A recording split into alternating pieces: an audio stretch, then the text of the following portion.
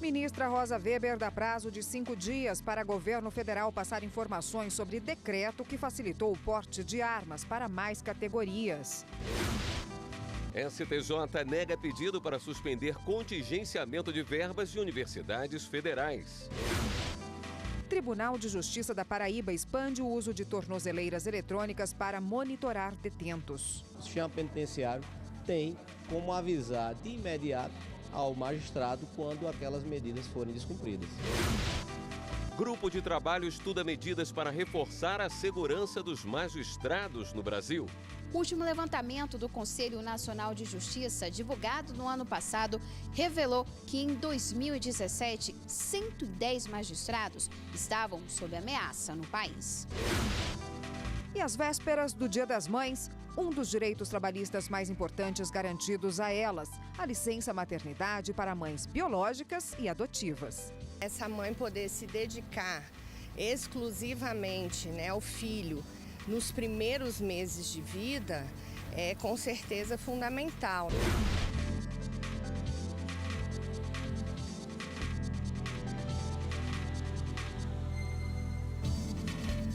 Olá, boa noite. Boa noite para você. O Superior Tribunal de Justiça vai julgar os recursos do Ministério Público Federal contra a decisão que anulou sentença de condenação de Antério Mânica na chacina de Unai. Antério Mânica tinha sido condenado a 100 anos de prisão por ser mandante do assassinato de 4 funcionários do Ministério do Trabalho, juntamente com o irmão. A repórter Daiane Garcês, ao vivo, tem os detalhes para a gente. Boa noite, Daiane. Boa noite, Érica. Boa noite, William, a todos que nos acompanham na TV Justiça nesta sexta-feira. Exatamente isso. O STJ vai decidir se restabelece a decisão do Tribunal do Júri em novembro de 2015, que condenou Antério Mânica e também o irmão dele, Norberto Mânica, a 100 anos de prisão. Agora, para entender por que o STJ vai fazer esse julgamento, é preciso lembrar que em novembro do ano passado, a defesa dele recorreu. E aí, a 4ª turma do Tribunal Regional Federal da Primeira Região, com sede em Brasília, anulou a sentença. À época, os magistrados, com exceção do relator do caso, entenderam que não havia no processo uma prova mínima para confirmar essa condenação. Daí o Ministério Público Federal entrou com recurso. Alegou que não há que se falar agora em nulidade, porque de acordo com o MPF, o Tribunal do Júri foi coerente com todas as provas apresentadas. Daí a decisão, os recursos apresentados, e agora o STJ vai decidir se restabelece ou não a condenação do Tribunal do Júri. A chacina de Unai ocorreu em 2004. 3 fiscais e um motorista do Ministério do Trabalho foram assassinados. Eles estavam fazendo uma investigação, investigavam denúncia de trabalho escravo naquela região, lá em Unai, Minas Gerais. Érica, William. Obrigado, Daiane. A ministra Rosa Weber, do Supremo Tribunal Federal, deu prazo para que o presidente Jair Bolsonaro explique o decreto assinado por ele, que facilitou o porte de armas para mais categorias. O presidente e o ministro da Justiça, Sérgio Moro, terão 5 dias para prestar os esclarecimentos ao STF.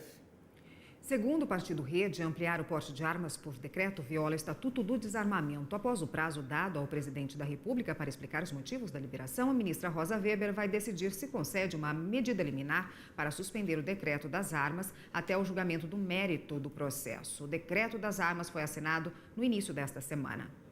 O ministro do Supremo, Celso de Mello, decidiu levar ao plenário a ação apresentada pelo PDT, que questiona o decreto que contingenciou verbas destinadas às universidades federais. Ele também deu 10 dias para que o presidente Jair Bolsonaro dê explicações sobre os cortes. No STJ, o ministro Sérgio Cuquina negou um pedido de liminar apresentado por entidades estudantis que pretendiam suspender o contingenciamento. Aliás, o mandado de segurança foi apresentado pela União Nacional dos Estudantes, Associação Nacional dos Pós-Graduandos e a União Brasileira dos Estudantes Secundaristas. O ministro Sérgio Cuquina afirmou que a análise do caso ficou prejudicada porque as entidades apresentaram argumentos fundamentados apenas em entrevistas concedidas pelo ministro da Educação.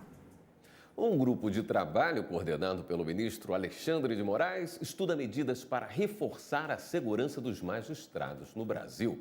O último levantamento do Conselho Nacional de Justiça aponta que mais de 100 juízes vivem ameaçados no país. O Brasil conta hoje com um pouco mais de 18 mil magistrados. São 91 tribunais, entre superiores, federais e estaduais. Eles atuam na justiça comum, do trabalho, eleitoral e militar. Mas ocupar uma cadeira como essa e decidir qual lado sai vencedor em uma ação não é fácil. Nem sempre quem perde aceita o resultado. E aí, muitos juízes começam a sofrer ameaças. O último levantamento do Conselho Nacional de Justiça, divulgado no ano passado, revelou que em 2017, 110 magistrados estavam sob ameaça no país. Eu acho que os juízes do interior, principalmente os do trabalho, estão mais vulneráveis porque lidam com questões como o combate ao trabalho infantil, como o combate ao trabalho escravo, como o combate ao trabalho em condições degradantes, que ainda existe no Brasil, é uma realidade da qual nós não podemos fechar os olhos. O CNJ também informou que em 45% dos casos registrados, os fóruns adotaram medidas para aumentar a segurança desses juízes. Mais de 30 usam carros blindados e 7 andam com coletes à prova de balas. Entre os ameaçados, 38 recebem escolta total, ou seja, são acompanhados 24 horas por dia por policiais civis, federais ou militares. E em 4% dos casos, os juízes mudaram de cidade. Em 2016, o CNJ aprovou a Política Nacional de Segurança do Poder Judiciário. E, atualmente, o ministro Alexandre de Moraes coordena um grupo sobre segurança pública. Um dos pontos é diagnosticar e propor medidas para a segurança dos magistrados, principalmente os que lidam com organizações criminosas. Usar mecanismos de inteligência e antecipar acontecimentos estão entre as metas. Nós precisamos ver as particularidades de cada região, de cada tribunal, de cada unidade judiciária e perceber o que é viável fazer ali, o que é possível fazer ali diante dos instrumentos que se dispõem e o que é realmente eficiente. A juíza federal substituta Caroline Figueiredo negou o pedido do ex-presidente Michel Temer para liberar 111 mil por mês para pagar despesas. Ela substitui o juiz Marcelo Bretas no Rio, que está de férias. Quando fez a licitação no começo de abril, Temer disse que o valor não seria para o custeio e manutenção de despesas supérfluas. No entanto, a magistrada disse que a tese não se sustenta, alegando que o ex-presidente tem um padrão de vida muito acima da média brasileira. A decisão foi tomada no mesmo dia em que a magistrada determinou que Temer se apresentasse à Polícia Federal para ficar preso preventivamente em razão das investigações sobre um esquema de corrupção envolvendo a Eletronuclear e a usina de Angra 3. Ele está na superintendência da PF em São Paulo desde ontem à tarde, quando se apresentou. Na próxima terça, o STJ vai julgar o recurso da defesa do ex-presidente contra a prisão de Temer. E você vai ver no próximo bloco a expansão do uso de tornozeleiras eletrônicas na Paraíba. É necessário, às vezes, aprimorar. Em que sentido? Se estabelecer de forma clara as condições dessa fiscalização.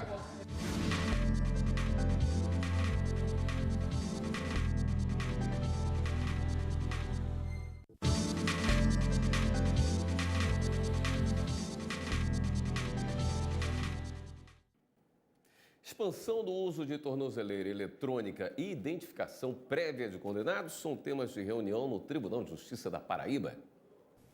A implantação do CEU, Sistema de Execução Eletrônico, a identificação dos presos na audiência de custódia e a expansão do uso do monitoramento eletrônico foram assuntos debatidos na reunião de trabalho com o GMF, Grupo de Monitoramento e Fiscalização do Sistema Carcerário do TJPB, e representantes da Secretaria de Administração Penitenciária Estadual.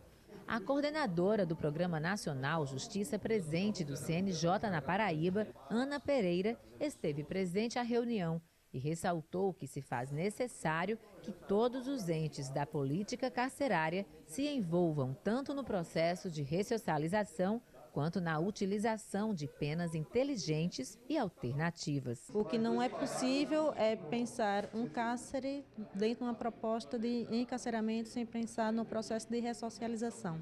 Um eixo é a qualificação dessa porta de entrada, um outro eixo é o que nós chamamos de CEU. Atualmente o Estado dispõe de 2.200 tornozeleiras, onde 476 estão sendo utilizadas, restando 1.725 unidades que desde já estão disponíveis para serem utilizadas pelo sistema de execução penal em outras comarcas.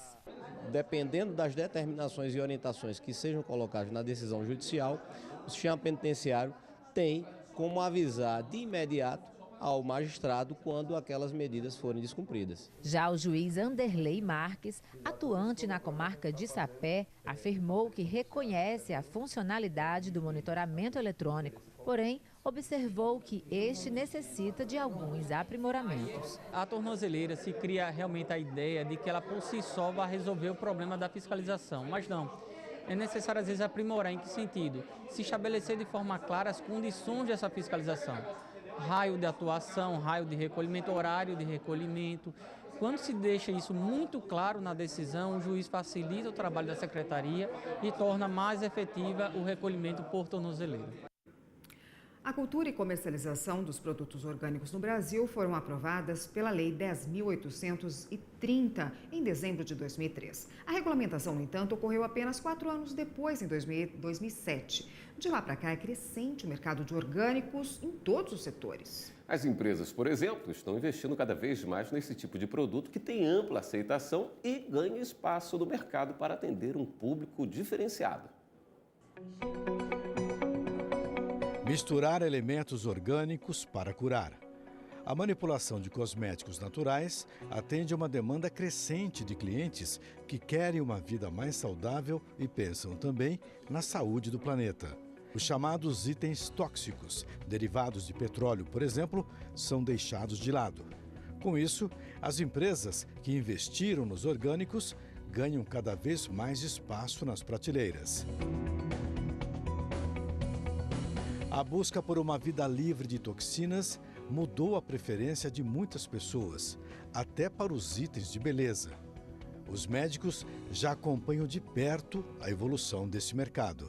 Doutor, por que as pessoas estão trazendo o orgânico, que normalmente era só comida, e agora estão usando também como cosméticos? Olá, Bob. Então, na verdade, depois da Segunda Guerra Mundial, a gente já teve um olhar um pouco diferente para a questão da preservação ambiental. Então, as destruições causadas pelas bombas atômicas e tudo mais, trouxe essa necessidade da gente cuidar da natureza. Começou principalmente com a questão de alimentos, mas isso foi se expandindo. Sobretudo com o surgimento de correntes de pessoas vegetarianas, e depois veio o cuidado com os animais, que fez com que vários pacientes também adotassem a postura de serem veganos, né? Então, assim, tudo isso é muito bom, porque vem caminhando junto, não só o cosmético, mas vem caminhando junto com a questão da alimentação, da prática de atividade física, né? O médico confirma que o mercado de produtos alternativos vem crescendo, e ele destaca um grupo especial. É muito comum a gente ver gestantes muito preocupadas com os produtos que elas vão utilizar, né? A gente sabe que quase tudo não é permitido, né? E aí muitas vezes a gente encontra uma oportunidade da gente também estar fazendo uso nesse grupo de risco. E também as crianças, que muitas vezes recém-nascidos que nascem nos primeiros dias de vida, não é interessante que eles tenham contato com tantos químicos. Primeiro porque a pele está totalmente permeável ainda, né? E que vai amadurecer com o tempo. Então, assim, são grupos de risco que podem fazer a utilização desse tipo de cosmético. Fomos conhecer um pouco desse varejo em uma loja de Brasília. O mercado orgânico e natural, ele é infinito. Aqui dentro desta loja nós podemos ver vários itens. Temos aqui, por exemplo, um creme dental preto, feito de carvão para clareamento dos dentes. É uma receita antiga que a vovó já usava e ensinava os netos. Nós temos esses óleos aqui, são óleos essenciais, produto com selo de orgânico. Isso aqui é uma mandarina verde, perfumada, totalmente orgânica, dentro daquela proporção de 95% de sua composição. E aí, o que sobra desse óleo essencial é produzida também uma essência, que é uma água floral, como essa daqui. Essa daqui é feita de um óleo essencial a partir da erva balieira, que é muito usado hoje para inflamação, dores reumáticas, também de uso tópico. Os cosméticos orgânicos preenchem também uma linha clínica, feita em farmácias de manipulação para atender clientes que sofrem de alergias. Esse foi o caso da Soraya. A pele dela não suportava as maquiagens tradicionais que o mercado oferecia.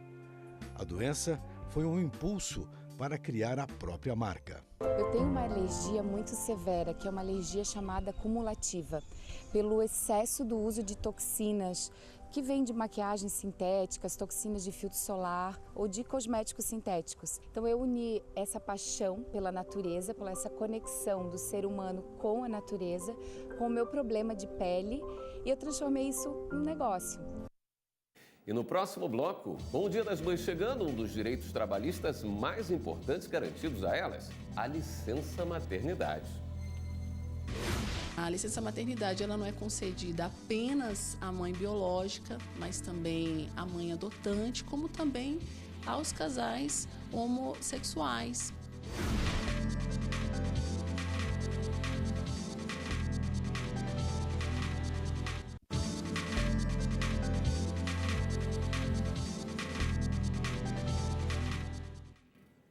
O Superior Tribunal de Justiça sediou o segundo seminário sobre direito previdenciário. O evento reuniu especialistas do meio jurídico em um debate sobre a questão previdenciária no país.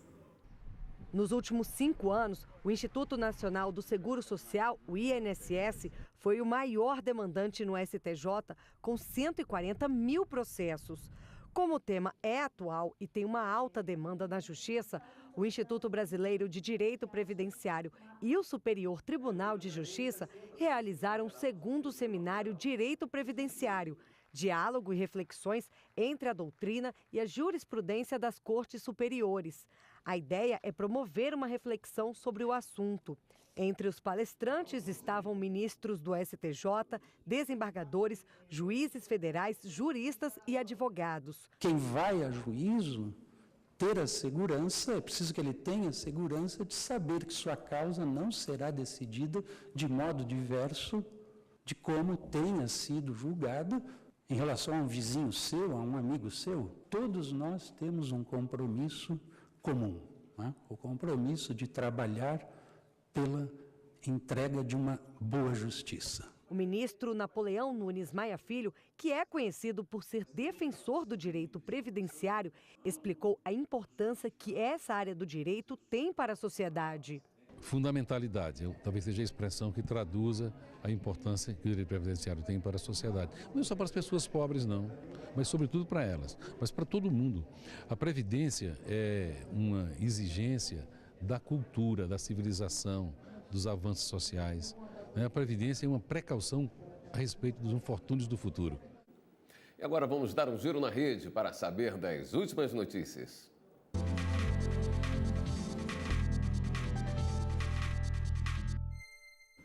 Vamos então à redação do Jornal da Justiça falar hoje com a repórter Michele Chiapa, que tem as novidades para a gente. Boa noite, Michele. Boa noite, Érica. Boa noite, William. A Justiça Federal negou o afastamento de 7 membros da Comissão da Anistia, que analisa os pedidos de reparação apresentados por vítimas de perseguição política entre 1946 e 1988. Segundo o MPF, essas 7 pessoas que integram a comissão são vinculadas a carreiras militares, o que seria incompatível com as atribuições da comissão. Mas o juiz do caso entendeu que não há elementos que apontem prejuízo aos trabalhos da comissão. Por isso, autorizou a permanência. No entanto, ele determinou que sejam notificados se ocorrer abuso de autoridade. Nessa situação, poderão ser afastados. E a Avianca recorreu da decisão que suspendeu o leilão dos ativos da empresa na última terça-feira. O pedido de suspensão foi feito pela Swissport Brasil, que atua com serviços de logística em aeroportos. A empresa alegou ser credora de 17 milhões de reais e questionou o plano de recuperação da Avianca. A companhia aérea defendeu a legalidade da recuperação judicial, mas por enquanto o leilão permanece suspenso até o julgamento. E você sabia que a Constituição Federal garante o direito à licença maternidade desde 1943?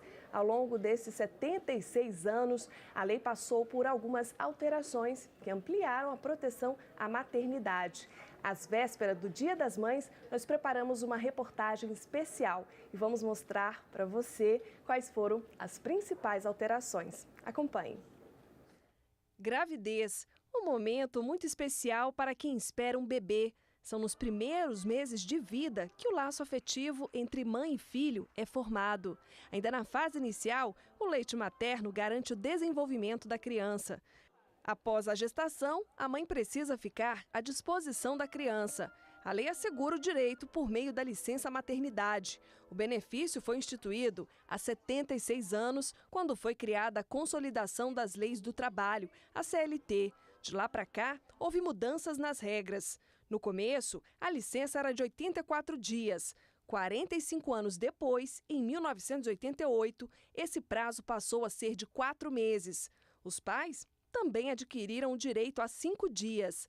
Após uma década, aumentou 60 dias, mas a regra só contemplou servidoras públicas. Já as mulheres que trabalham no setor privado, até hoje, só têm direito se o empregador fizer parte do programa Empresa Cidadã, que aceita prorrogar a licença de 4 meses para mais 60 dias. No entanto, o Congresso Nacional discute ampliar a licença maternidade de 6 meses para todas as mães contratadas com carteira assinada. Há 3 anos, as vantagens da licença maternidade também foram autorizadas para as mães adotivas. A decisão foi do Supremo Tribunal Federal. Em 2016, os ministros julgaram o caso de uma servidora que conseguiu a guarda provisória para adotar uma criança com mais de 1 ano de idade.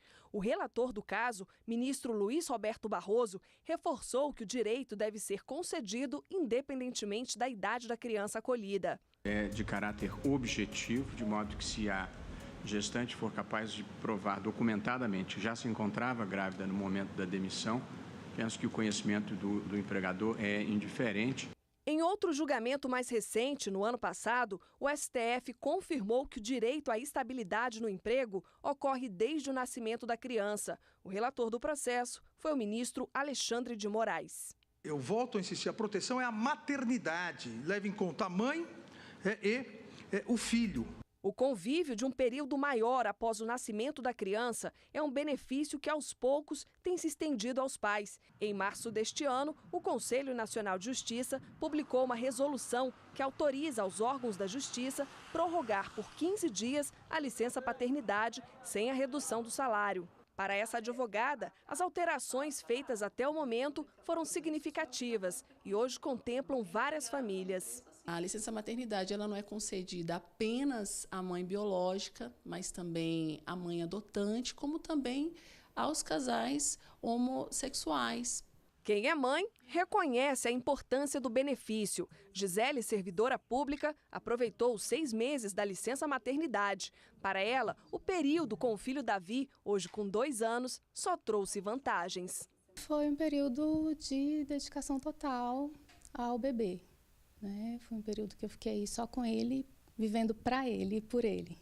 Quando Gisele está em casa, o tempo todo é dedicado exclusivamente para o Davi. Quanto mais tempo ela passa perto dele, mais o laço afetivo é fortalecido. Psicólogos reforçam a importância desse contato. Essa mãe poder se dedicar exclusivamente, ao filho nos primeiros meses de vida é com certeza fundamental, para a criação de um apego seguro, que essa criança se desenvolva saudavelmente, que ela possa se dedicar, à amamentação. Esta edição do Jornal da Justiça fica por aqui. Uma boa noite, um ótimo fim de semana. Continue com a programação da TV Justiça. Uma boa noite até segunda e um feliz Dia das Mães.